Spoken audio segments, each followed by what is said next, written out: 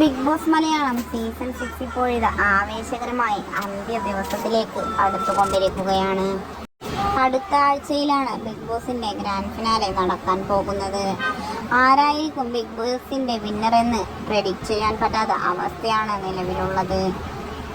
ഇപ്പോഴിതാ ഇന്ന് ബിഗ് ബോസിൽ നടന്ന ഒരു ടാസ്ക് ആയിരുന്നു അഭിനയിച്ചുകൊണ്ട് ജിത്തു ജോസഫും ആന്റണി പെരുമ്പാവൂരും ബിഗ് ബോസിനകത്തേക്ക് കയറിക്കൊണ്ട് ഇതിൽ ആരായിരിക്കും വിന്നറെങ്കിൽ അവർ ഇരുവരുടെയും ഒരു അടുത്ത സിനിമയിൽ അഭിനയിക്കാനുള്ള ചാൻസാണ് വിജയ്ക്ക് ലഭിക്കാൻ പോകുന്നത് എന്ന് വളരെ അപ്രതീക്ഷിതമായി കൊണ്ടാണ് ഇരുവരും ബിഗ് ബോസ് വീടിനകത്തേക്ക് ഇന്ന് കയറിയിട്ടുള്ളത്. വിജയിയെ പ്രഖ്യാപിക്കുന്നത് ഗ്രാൻഡ് ഫിനാലെയുടെ അന്നാണ്.